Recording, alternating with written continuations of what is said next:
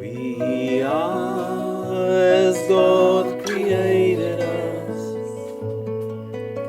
in love, in a light, in a glory. In love, in the light, in the glory. In love, in the light, in the glory. In love, in the light, in the glory. Mooji, would you like to tell one of your great stories? Please.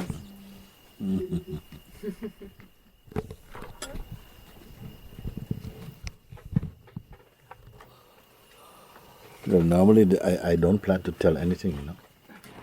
It just either it's something may spring just because it feels appropriate to share or to illustrate a point, and sometimes stories are more easily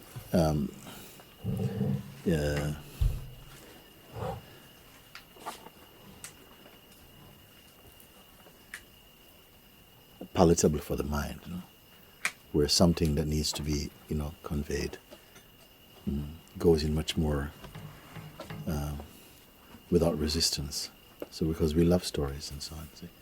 But I've never thought of telling a story. It must come like that. So you have to tease it out of me. I don't know.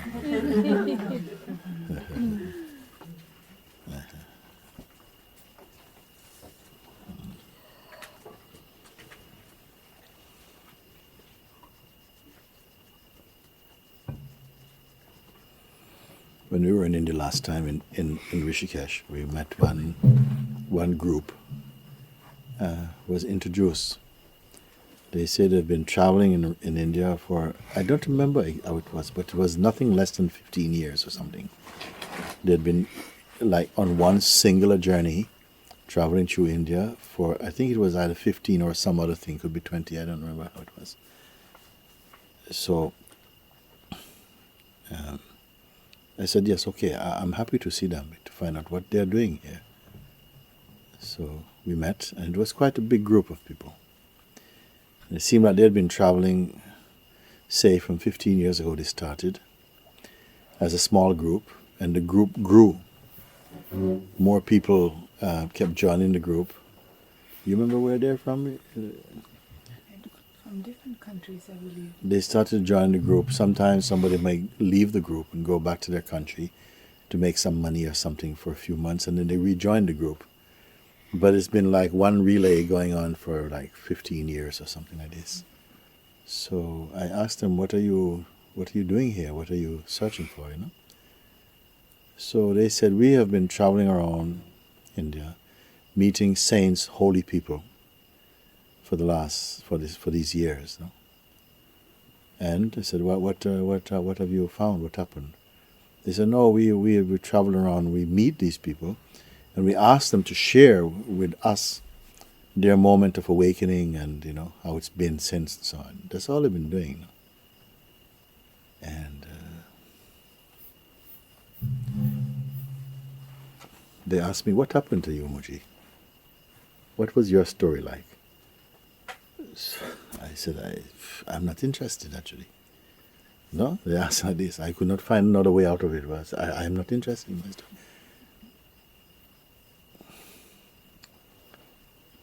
I said, I can't tell you right now. I just want to listen to what you're doing. And then somehow it must have been such a powerful desire of theirs, because I ended up talking anyway, you know, and telling them, okay, it was so many years ago, and so on and so on and so on. And as soon as I got into this story, explaining, sharing, you know, for what I could remember at the time, because it keeps changing, my story keeps changing. I remember different bits and so on. No? So, but they seemed really fascinated. They were all listening. Like, but at the end, I said, "But I'm really not." They said, "Oh, I mean, we are so touched. We love it so much because, you know, that's what we do. We really listen to the stories of like saints, holy people, and then we put ourselves in their place, and we really enjoy all of this." But something inside me felt a little bit disgusted, actually. I said, that's all you do. You don't want to discover for yourself. You just want to listen to the story, you know. You just want to listen to the story, and then and they're tripping out. This was a very good one, Mooji. It was very good, you know. I said, but I'm not interested in my story, actually, you know. If there's something interesting, it is to meet you beyond your story and my story. This would be something very beautiful. But there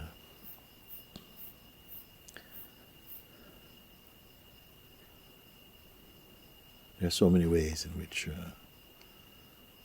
it can seem like one goes to such a place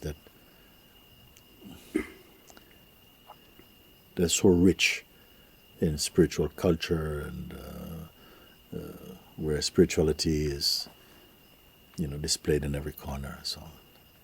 And still you miss it, because you already target something that you want. You have an intention.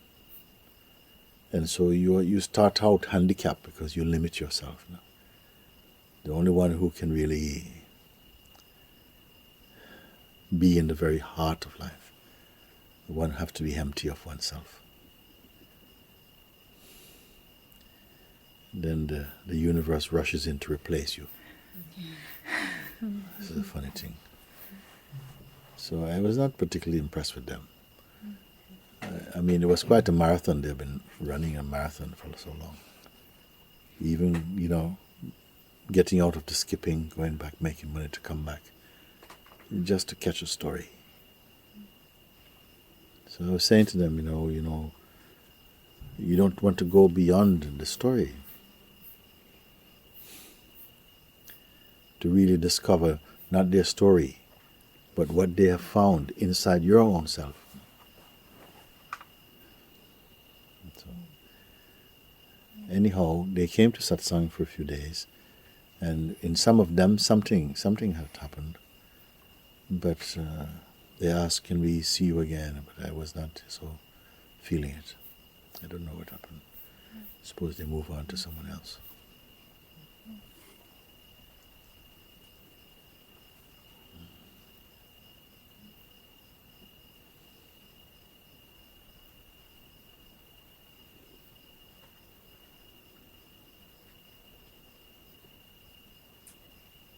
I like your story, but it's the real one.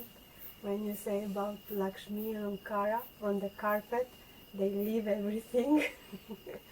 I like this one was resonating something inside me. I said, okay, where is the carpet? Where is Mooji? Where am I? I leave it everything.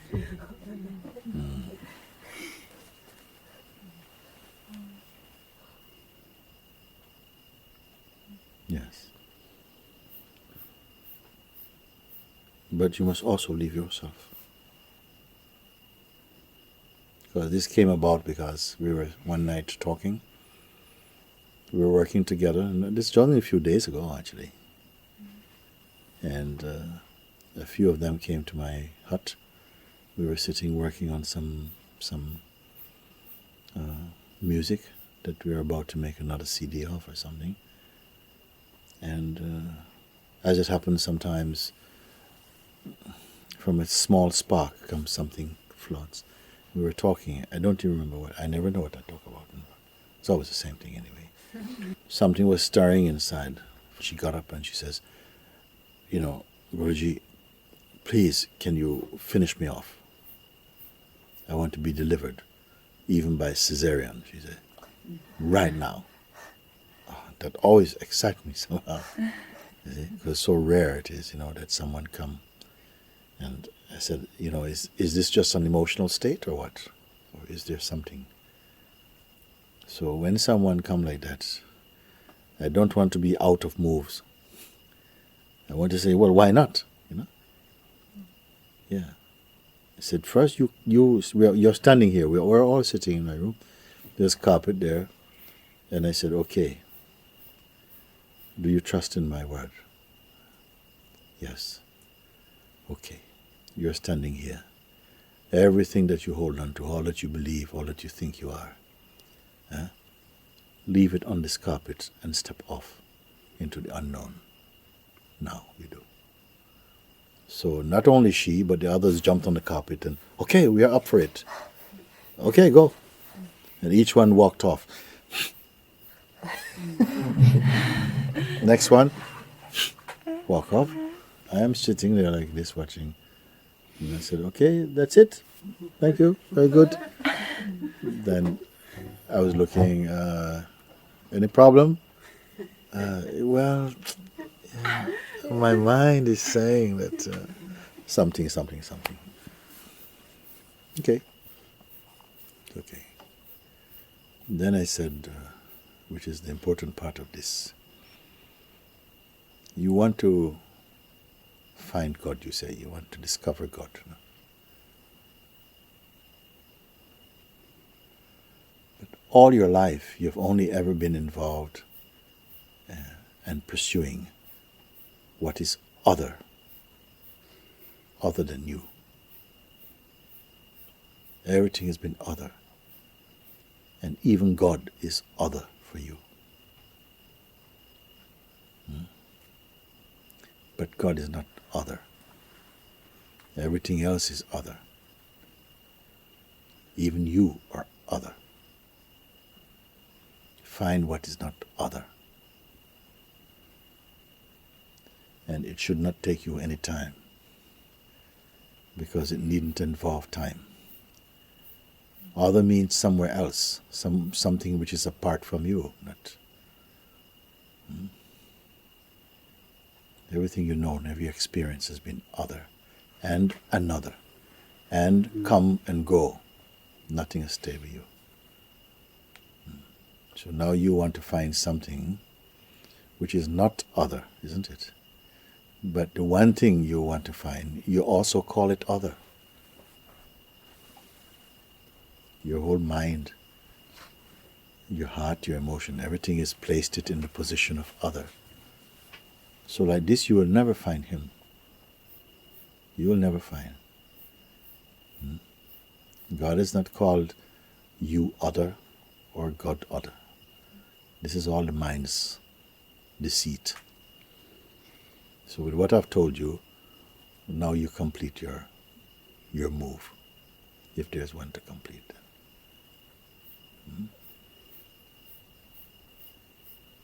So I don't meet many times people who are willing to engage in this level of introspection. We want the highest, we want some experience, but no experience will stay with you, because all experiences are born in time. They have a beginning, a sort of middle, and some end. They come and go. That which perceives experiencing, and even the experiencer. What or who is that? Your greatest question, your deepest question, must be answerable and discoverable right now. If it takes time, it is not true. So let me save you time and trouble. If it's going to take 6 months, it is not true.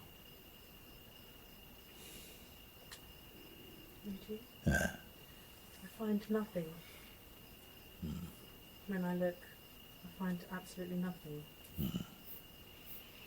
And it almost feels like I have to step outside of myself, if you like, into a first reflection to be able to say. Okay, well, don't step outside into anything. But then there's just nothing.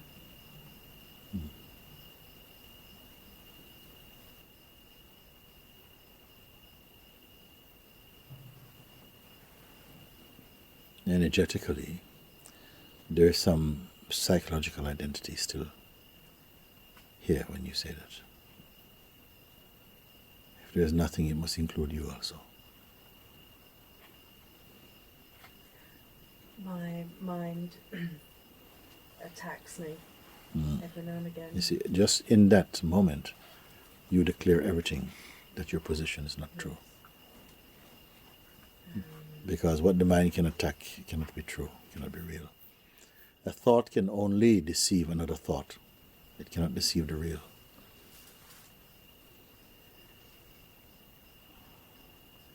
It layers upon me. And It what? viciously attacks. Yes. Even though I'm watching it and Yes. there's even something laughing at it. And then there's just that all-seeing. So my true position feels to me in the undescribable.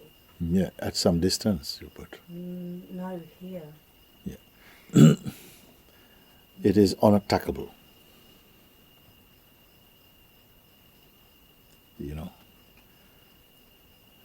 To be attacked, you must be something. You say there's nothing. That's why I said you must include yourself. To be attacked, you must be something. So I had a day of attack. Everything was just happening for quite a few days. And the last time I spoke to you, I said, I don't want to get rid of my ego. It would be like drop kicking bandit something. But then within that, you said, don't worry about it. Let it be there. In that letting it be there, it dissolved. And then I realised there was something else. Yeah, it is a misunderstanding, if you understand right, because you say, dropping the ego is like drop kicking Bambi. I think that's quite it would be like you have some affection for your ego, so you don't want to drop it. So because of your affection, I say, okay, you know what? Let's just leave it aside for now. Leave it aside, because it need not be something you have to fight over that. You know, to fight something means that you impart a certain reality to it, to give it, enough worth to be worth fighting it, you see. That's why I say leave it aside for now, like that. And then when you leave it aside, you said, everything became calm. I'll tell you why things become calm. Because when you leave aside the thing that you are not willing to really leave aside, you see, rather than destroying it, when you leave it aside, something relaxes. Okay, I didn't have to get rid of it. You see, you don't. This is the unspoken agreement, So something relaxes behind, and if it stopped troubling you, because you've just given it a visa to say, look, you're going to be with me for a while. I'm not getting rid of you. You see, like that. But I only say leave it aside so you can focus more attention on what you ought to put attention on, which is your true self. And without having to babysit any other thought or any other intention, you'll come to find that my hope was that you'd come into your completeness, you see, unmolested by any thought. Because in order to be a thought, in order to be attacked by thoughts, you can only yourself identify as thought. And we have to get out of this. There are very few people, it seems, who are perhaps willing or available to really take on this type of looking. It seems so severe, you see. And because we nurture and protect so many thoughts, we shelter them. And you don't see that not the thoughts in itself is not a problem, but you're giving so much importance to them. You see? Create an identity in you that you need not support. But this is how the soup thickens, you see. The more and more you hold on to sort of favorites, the more somehow you make your inner environment more sludge-like. This is all. What I'm speaking is totally simple. It is so sublimely simple that when you speak from things like that, mind attacking you, it is completely laughable, in the end. Lie. It is a lie. It's ridiculous, actually, but nobody believes it. Nobody accepts this. Even you say it's a lie, but next moment you're faithfully suffering it again. You see, this is the strength of our loyalty to the unreal. Why say it doesn't exist and then cry buckets of tears about it? You see, So the one who gives even this statement, you must check out the credential and the reality of this one. And this is where the fear really lurks in this place.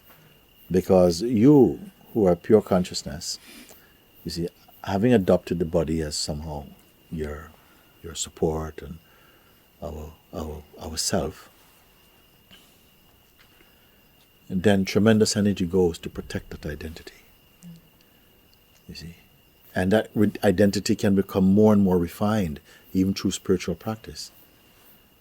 But to come to a place where the identity itself is threatened, and to follow the kind of advice that will bring you beyond identity is rare. I've refined my identity then, and I choose liberation now. Yes. But however much you choose it, you see, even your choice is unreal. I want to explain why I say this. You see, when we hear words like that, and for a long time I heard this same thing spoken by my own gurubhais, meaning that those who were sitting at the Master's feet together. Because I'd listened to letters people write in those times. I was not yet brave enough to put my own letter before him. But I was benefiting from from those who was going ahead and so on. And so many times people wrote, and their letters were so full, like of heartache. Oh, Babaji, I left everything. I've left everything for freedom and so on. And the Master would laugh, ha ha ha ha, go back and take care of your family. I said, my God, Papaji, no, Papaji, these people are really serious. But somehow he could see what I could not see. You see, that even sometimes I was taking people at their word. And you cannot be taken at your word if you identify as ego. You're not consistent. You're not able to be. With the best of intention, we still are unable to. You may feel with tremendous zeal and courage and determination in one moment, but the wind blows strongly, and somehow your power collapses or something, because you're still holding on to an identity which is not real. I don't want to tell you, look, you have to do all these things. You don't have to do very many things. You simply have to allow a real understanding to open up inside your heart, because when it does, your ego stands no chance. In fact, it doesn't really exist apart from the certificate, a scholarship from you support it. In fact, Guruji, I trust your words completely. There's something I would like to check with you. Actually, could I sit here? Yes, please.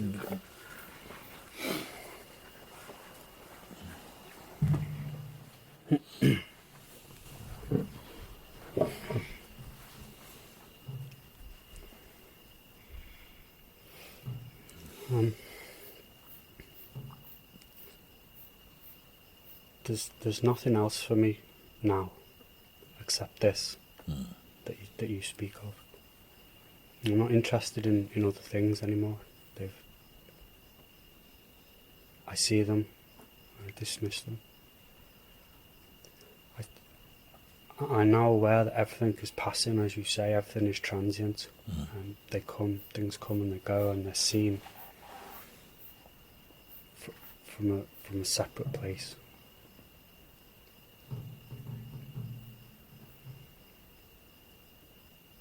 Now more and more, I know that seeing occurs in who I really am. Sometimes it's there, sometimes it's not, sometimes it's just the seeing. But more and more I get this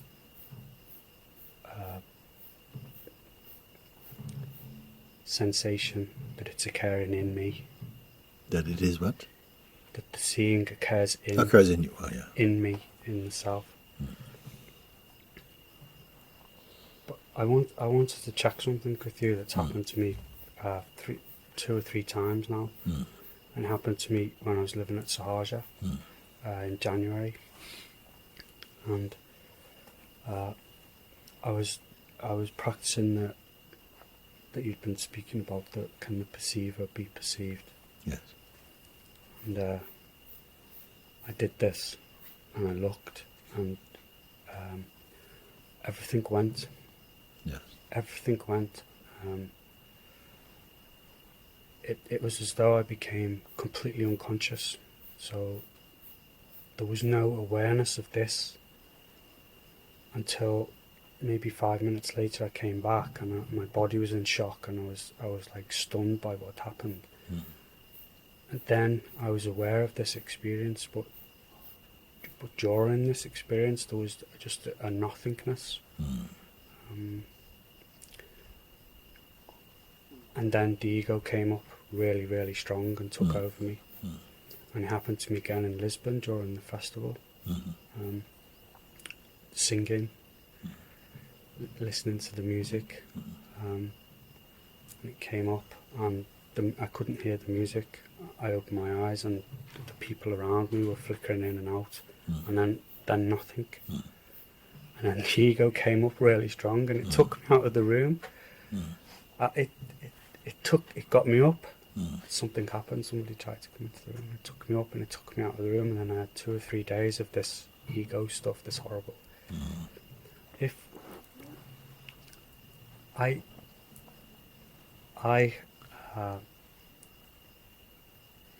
is this a trick of the mind? No, it is not a trick of the mind. In fact, it is good that you speak about this thing, because it gives a little bit of a window through which you can look and see the... it is as though some power, as I keep saying to you, functions internally inside. That it is as though it doesn't want you to find the truth. It is as though it doesn't want to be free. It's like this force.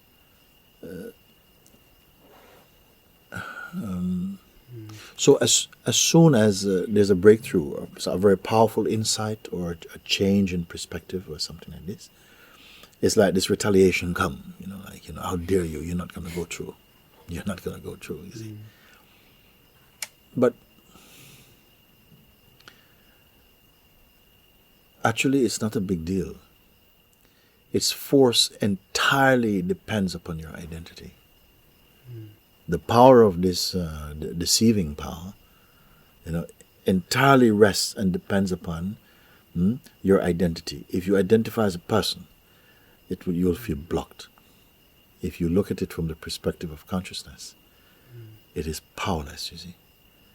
These things will come, and somehow, at a certain stage, you see some things that appear to be powers that come to sabotage your freedom.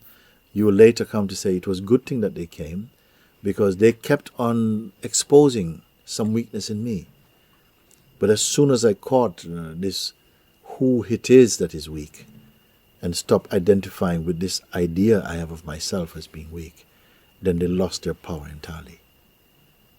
Because the ego cannot intimidate your pure self. It can only intimidate the idea you have of who you are, or your self-image. And if you remember stories, I don't know if you've heard it, you grew up in Ireland, so you must have heard spiritual stories. The story of the temptation of Christ and all this, and the Buddha after the moment of realization and so on.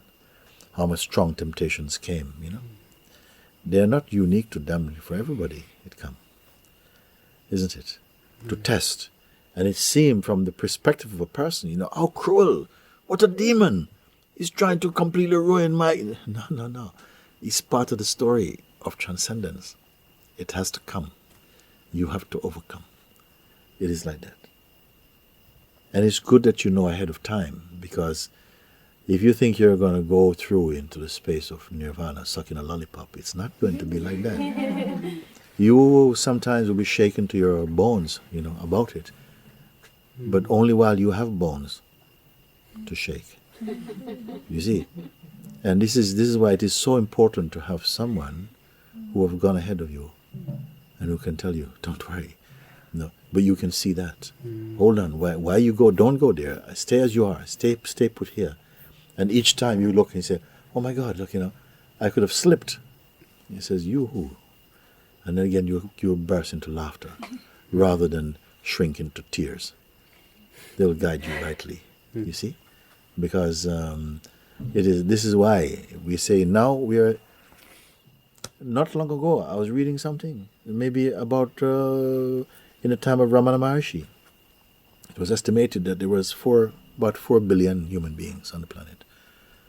Now, 60 years later, 65 years later, we are 8 billion human beings on the planet.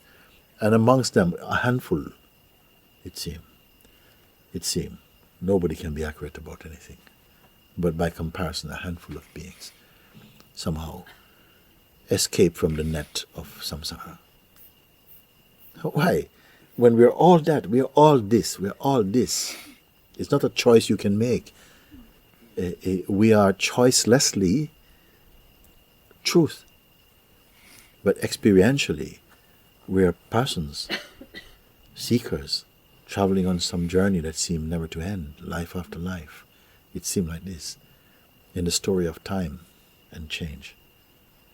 So therefore I say sometimes you have to be the cow that jumped over the moon. And what do I mean by this is that you have to stop thinking only in your earth mind. In the earth mind means you can completely accept your role as a person. You see? Evolving in the spiritual, towards the spiritual dimension. This is within the dream of life. You are much more than this. Plus this, but more than that. You see? But nowhere on the planet is reminding you, preparing, because none have gone enough. We're emperors in delusion, graduating in stupidity, because you don't know your true self. This is what I put like this. And it's not a blame. It's not a blame. I'm not a champion for realizing the self. And I'm glad I'm not a champion. You see? So I don't have to make you champion like you are. No, just to recognize what is true. It is enough. It is sufficient power. Mooji, You see? sorry, I can't drop this. I've been through those spiritual dimensions, and then, I've come back and I'm wearing myself, and it's a dress that's too tight. But I know what you speak of, and I've just since being here, I've just started to realise that it's not just here, like I see it in those realms. It's here. It's here and all around me. But I am wearing a personality. Let the personality be there. By itself, it by itself is nothing. Without investment, it is not.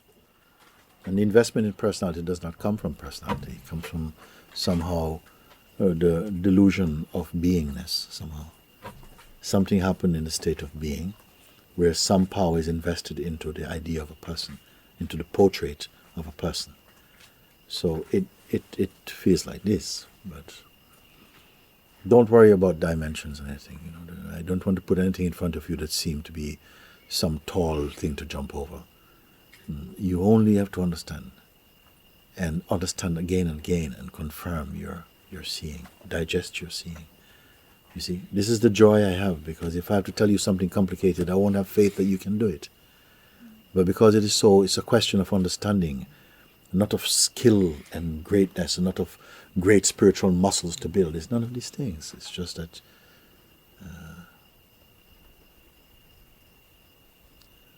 maybe there is some kind of spell in us that causes us to somehow fear what we truly are. But who is this we who is afraid of what we truly are? This we is not also real.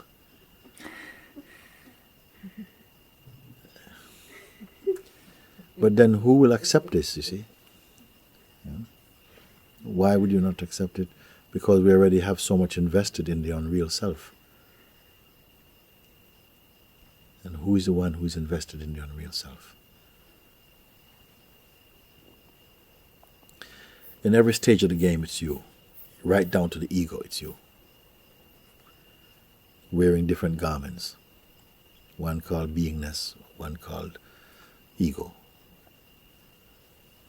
Because in everything the consciousness is there, you see.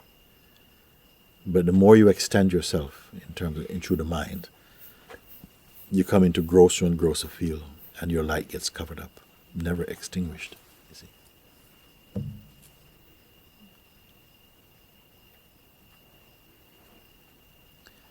If you only want half of the truth, it will take you a tremendous amount of energy and so much struggle.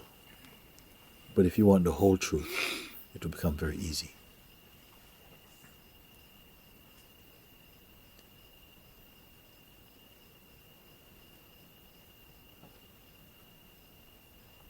Don't ever want truth for your ego's sake. Sometimes the ego wants truth, to boast about it, to do magic and mystical things, and to kind of levitate and to produce wine out of, not even water now. Jesus did that. We have to do something else. We have to produce wine out of sort of pee. to do one better than. This is the mind, the ego mind. So I don't want to know anything about that. That's not anything. As much as it rises, equally it falls. But there's something that doesn't rise and fall. It is always ever present, you see. It doesn't have to jump over anything. It doesn't have to go through transformation. It doesn't have to be liberated. It is always pure. But in the human world, we rarely see this because it's far too simple. It's not even simple, in fact. Let's say it's obvious, but obviously overlooked. And when you miss it, then the journey of journeys begin. Then you can start to journey and search, and all these other things come to you, which is fine also. It's also an expression of consciousness. But I like to be in the company of those who don't feel they have time to waste. I don't have time. Then find that which does not take time. Genuinely. While you're here and while we have time with us, and while your body is warm, find that.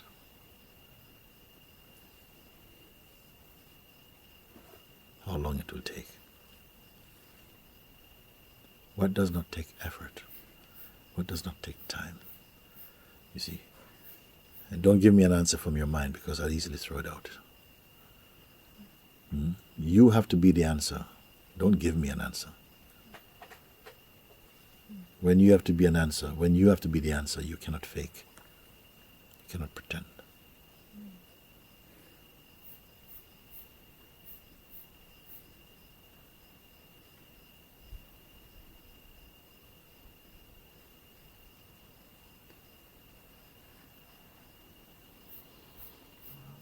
We give great value to this life,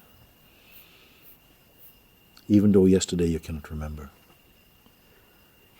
Yesterday you cannot remember.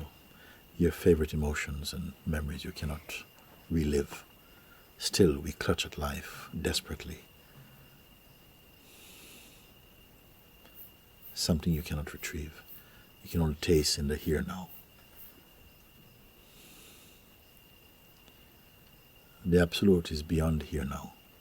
Not beyond in terms of distance, but beyond in terms of subtlety. It is your unimagined self, your untaught, uneducated, unrefined self, purer than space.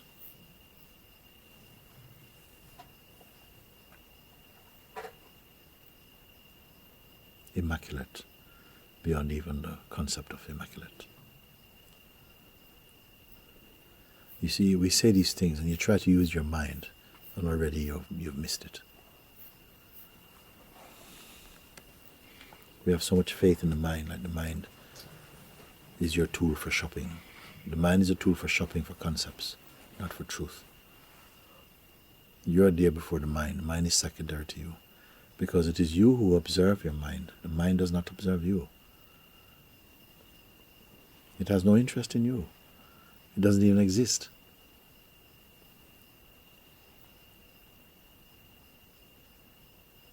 In the way that we think.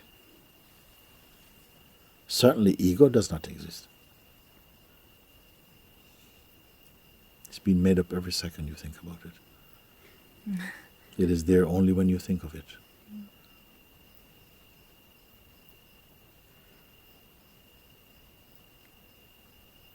Mooji, Mm. I don't want to wait with the letter, but I feel like I have nothing to say.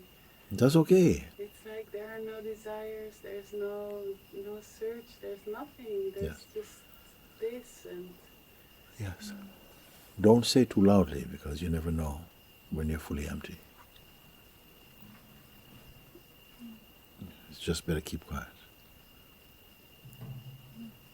Let the last cup of stale air be squeezed out. We don't say anything. Make no claims.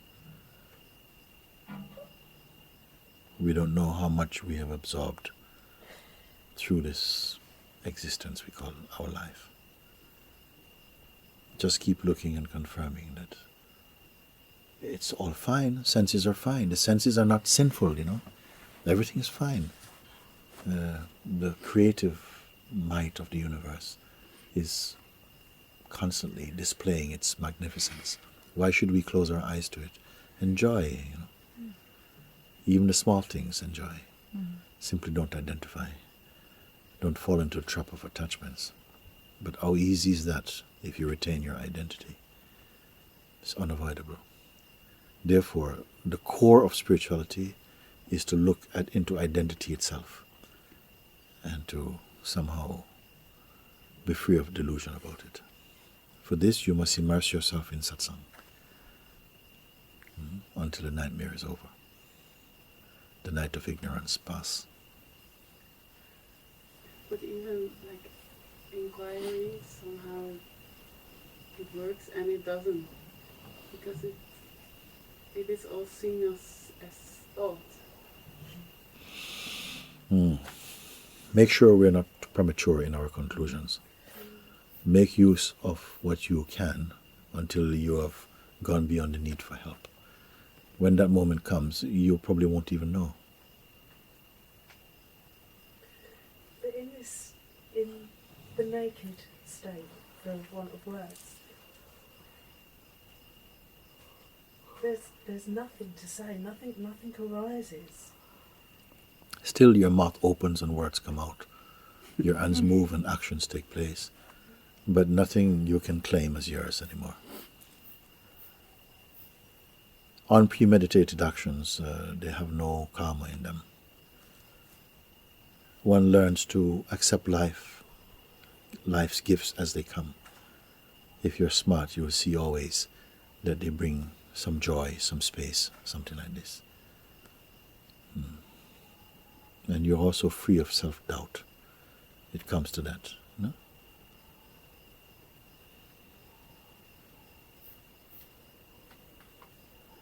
Initially, when we experience the pure state, it is the pure state, but there has to be a kind of maturity at the same time. It seems kind of contradictory, but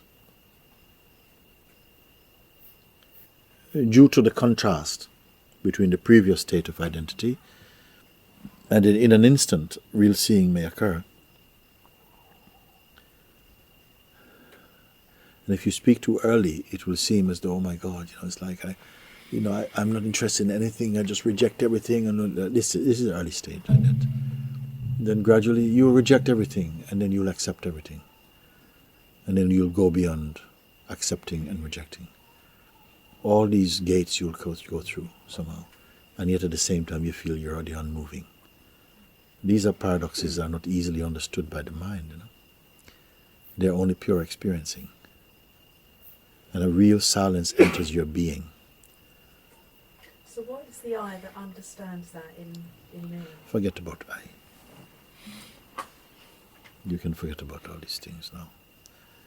It's like you put, Ramakrishna said something beautiful and I liked it. He said, if you throw an empty bottle in a river, for a while it will make this noise, gluk, gluk, gluk, gluk, gluk, gluk, gluk, gluk, gluk. When it is full of water, it will become very silent and fall to the very bottom. Nobody will know where it lands. You become like that. If you're still gluk, gluk, gluk, gluk, gluk, gluk, don't say that you are free. Just keep gluk, gluking. When you're full, you'll keep quiet, and there'll be nobody to keep quiet. There's nobody to keep quiet. Quietly, silently, you vanish inside your own being. The world will see you, but you will not see you. You will only be.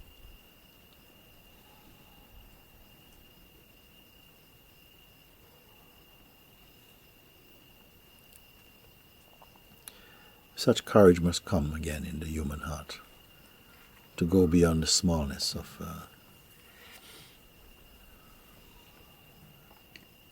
the momentary is all right. There's a perfectness in the momentary as well.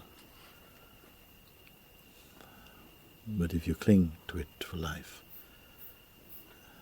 you'll come to sorrow about it.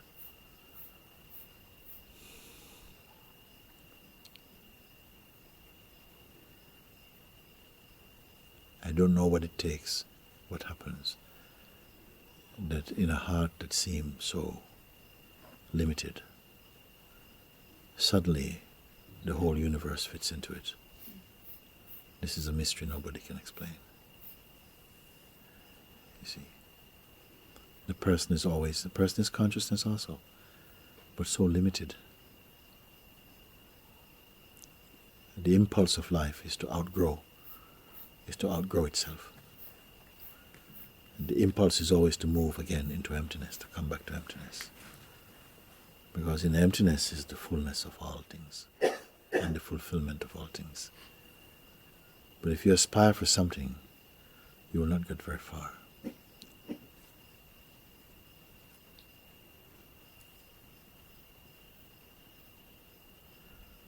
Neither aspire for something nor aspire for nothing. Just keep following good pointers, until that troublesome identity is no more there. That is all.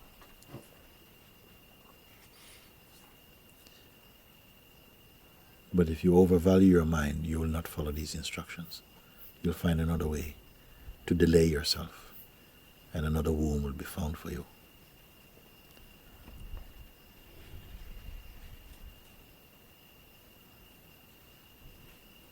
Each time you reinforce your own identity,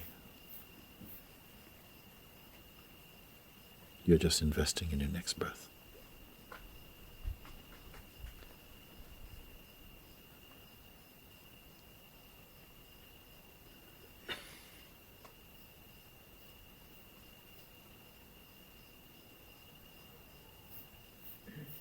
My identity thinks it's that. Your identity thinks that it is that. In a way, it is true.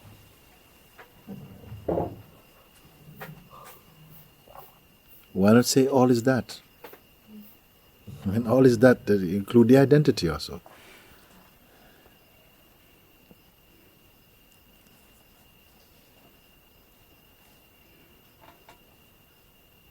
Which is better? I am none of this, or I am all of this. Both are true. And beyond. I don't know if the things I say have any feeling for you. I don't know. Sometimes it's better to have an early night and get good sleep. No.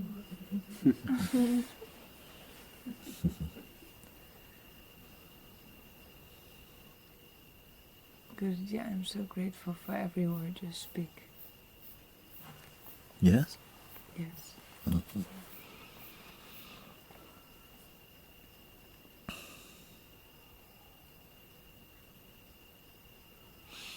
I tell you something. I don't think I have anything to say.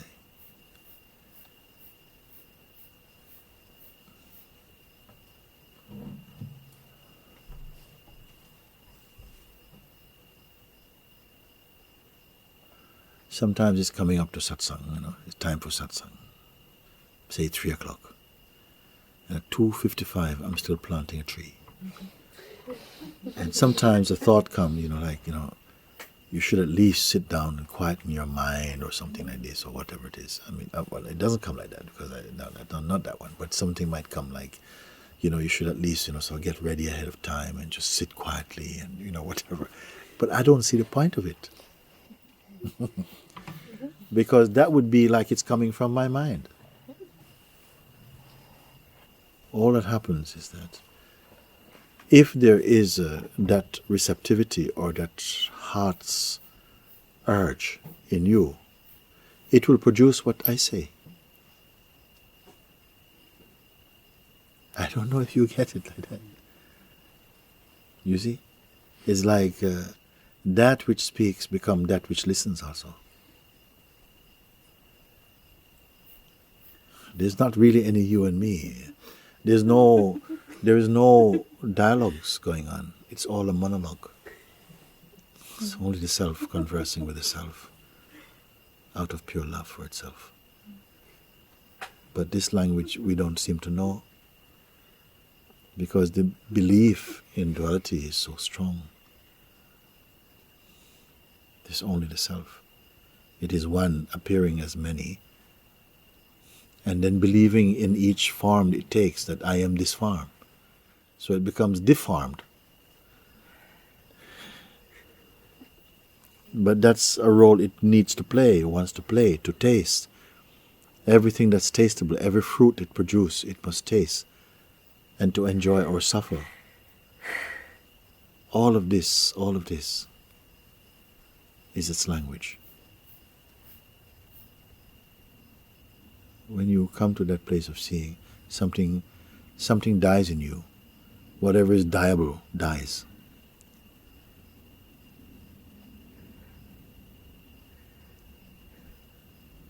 And in its place, a great freedom, a great joy arises there.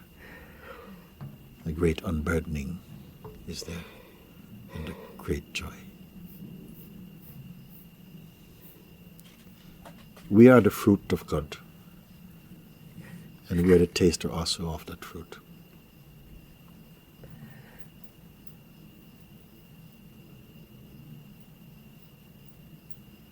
The inexhaustible, appearing now and again, here and there, as the momentary. It's one play. Don't try to understand this play. Many have tried, nobody has succeeded. Just become empty.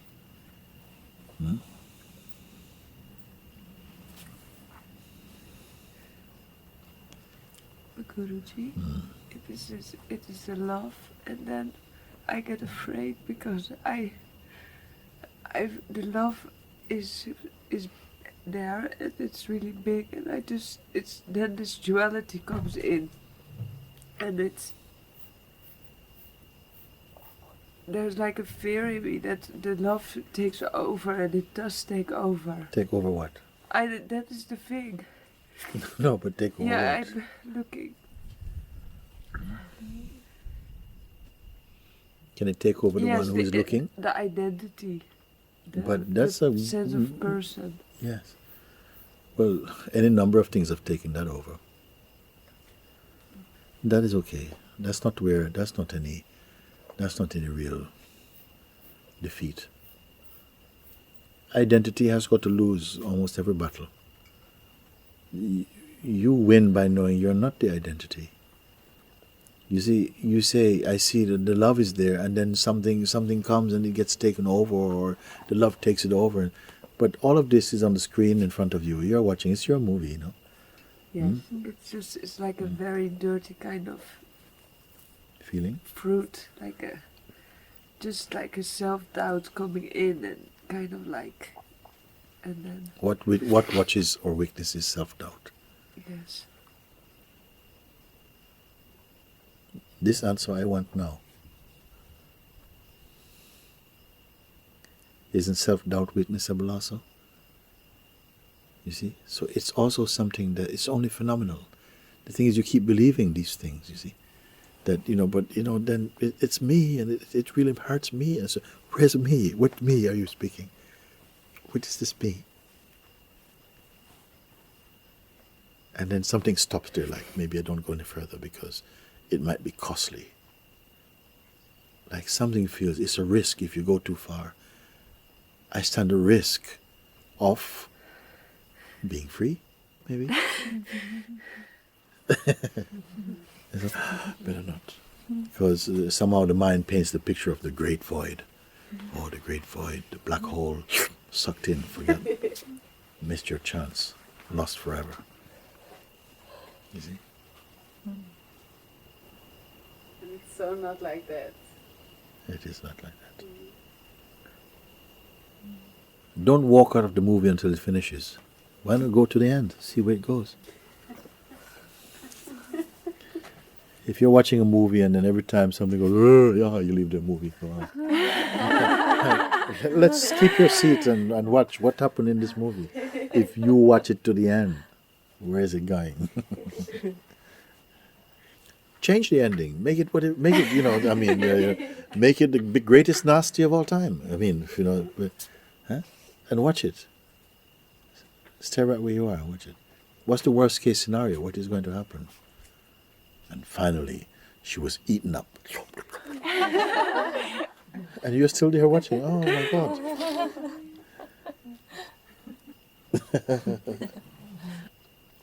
We must sit with these things and keep looking and follow the pointing you have received.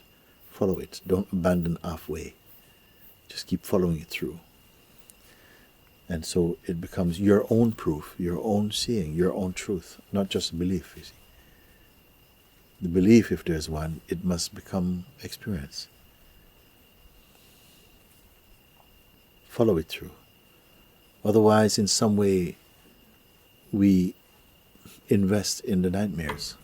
Because the mind has a very, very wide range of offers, special offers, promotions for you.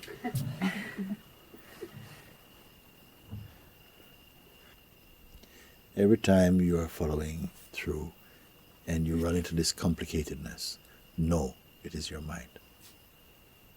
Every time you come into some stuckness, I can't go further, I feel blocked, no, it is your mind.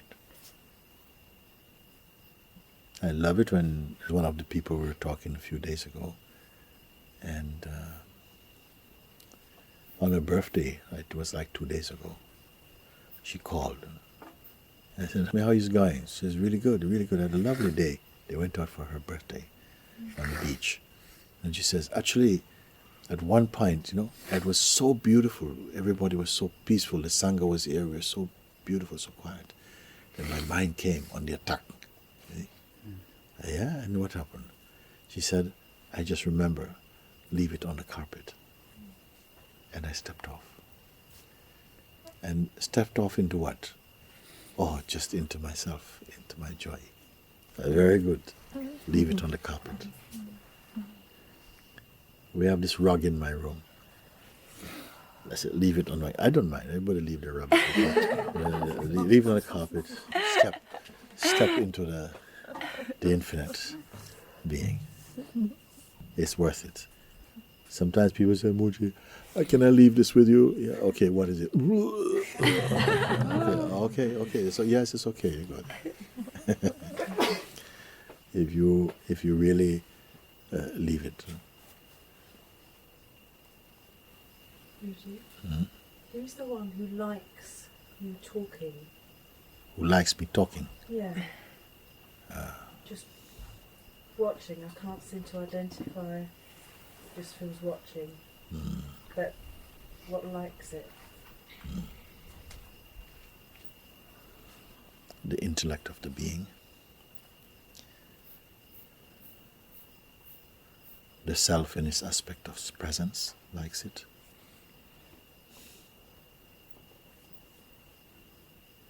The beingness doesn't feed on the mind's food.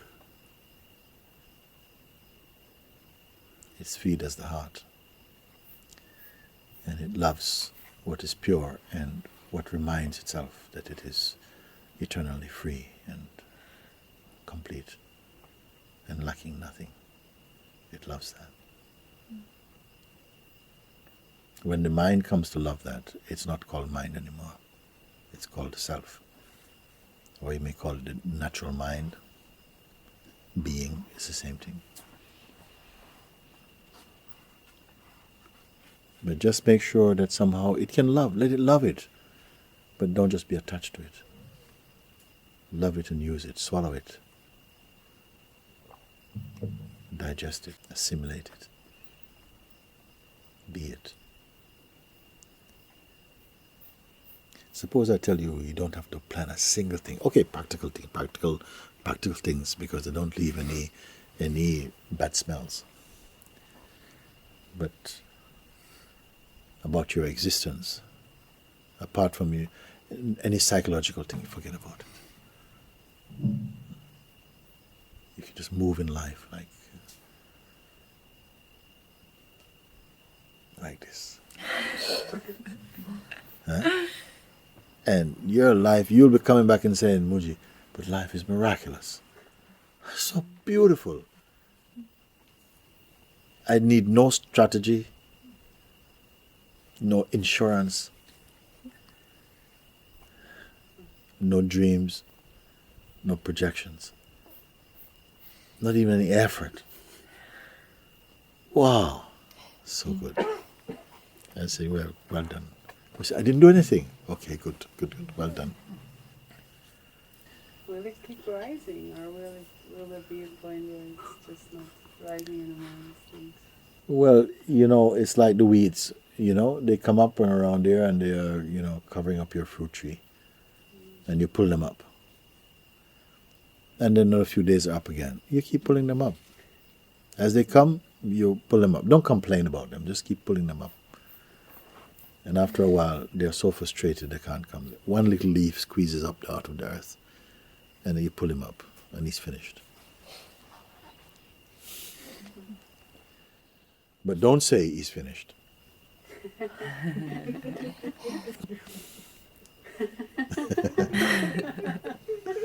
Because that's weed Who food. will say that? Huh?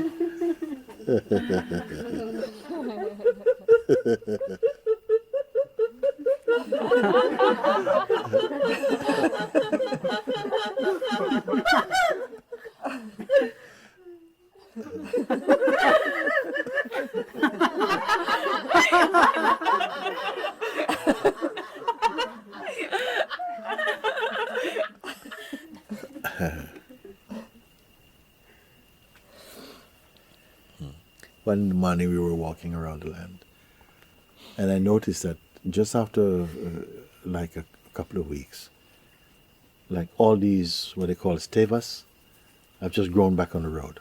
They're just like nobody plants them, They just grow, and they're regarded as weeds around here. You never see fruit trees grow like that, like weeds. No, you have to go and buy one. You have to plant it. You have to water it. You have to look after it. All of these things. But the weeds, they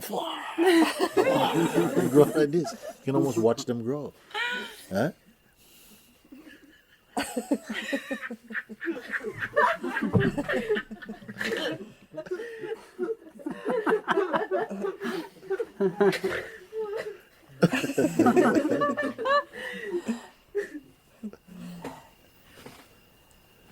Very good. In love, in the light, in the glory. In love, in the light, in the glory. In love, in the light, in the glory. In love, in the light, in the glory. In love, in the light, in the glory. In love, in the light, in the glory. We are as God created us. In love, in the light,